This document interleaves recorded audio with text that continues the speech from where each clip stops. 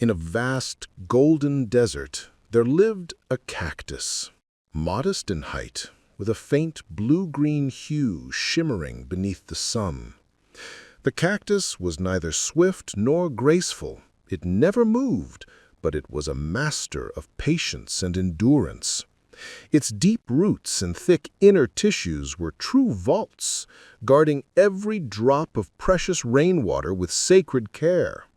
It was, without question, the quiet backbone of life for the tiny rodents and insects that depended on its moisture to survive the merciless dryness.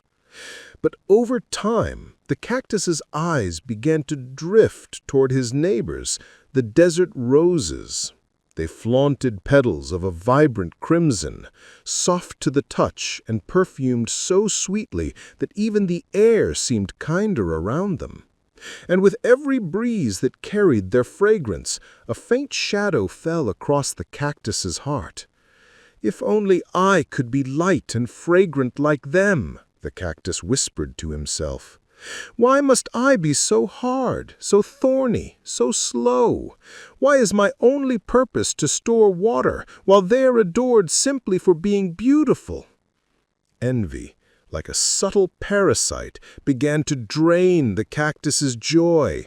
He withdrew into a silent sorrow, stopped absorbing the delicate morning mist, and ignored the opening of his pores that allowed him to breathe. His color dulled, his skin lost its glow. "Cactus, my friend, are you all right?" murmured a small lizard, who often came to drink the dew caught between his spines. "You're so quiet. Your green looks pale."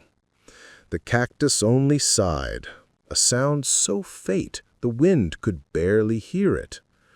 "I'm just tired of being me."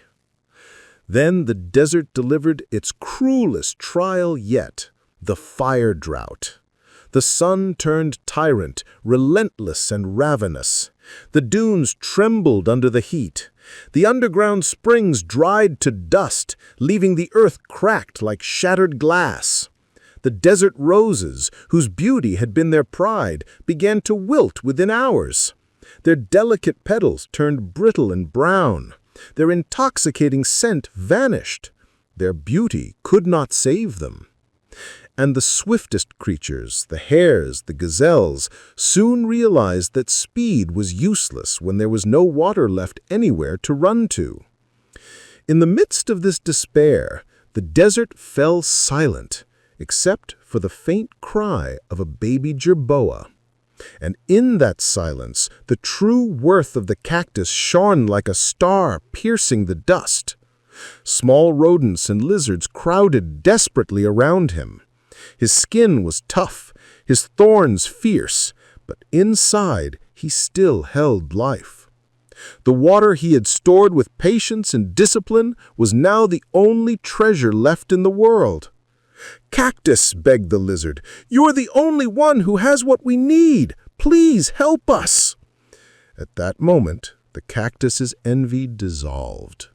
He looked at the wilted roses, fragile and defeated, and understood that outward beauty is fleeting, a mirage. He saw the desperation of his friends and realized his strength had never been in being lovely, but in enduring, protecting, sustaining. A revelation bloomed inside him, soft and fierce all at once. With deep focus, the cactus released tiny droplets of water through microscopic cracks at the base of his stem and along his spines, a secret ability reserved for the direst emergencies. He opened his reserves. "Come closer," he said, his voice steady now, filled with purpose. "My water is your water.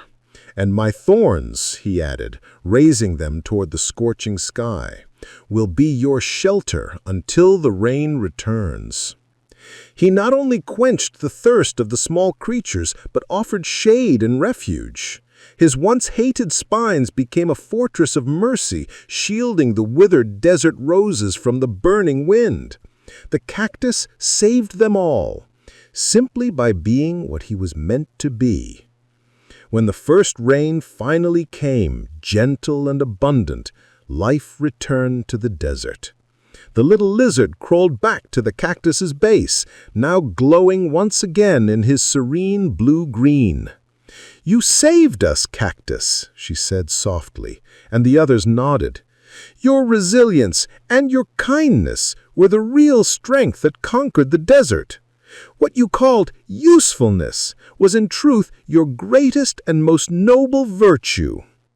The roses revived, but now they looked at the cactus with newfound reverence, knowing that their lives had been restored not by perfume or color, but by something infinitely deeper.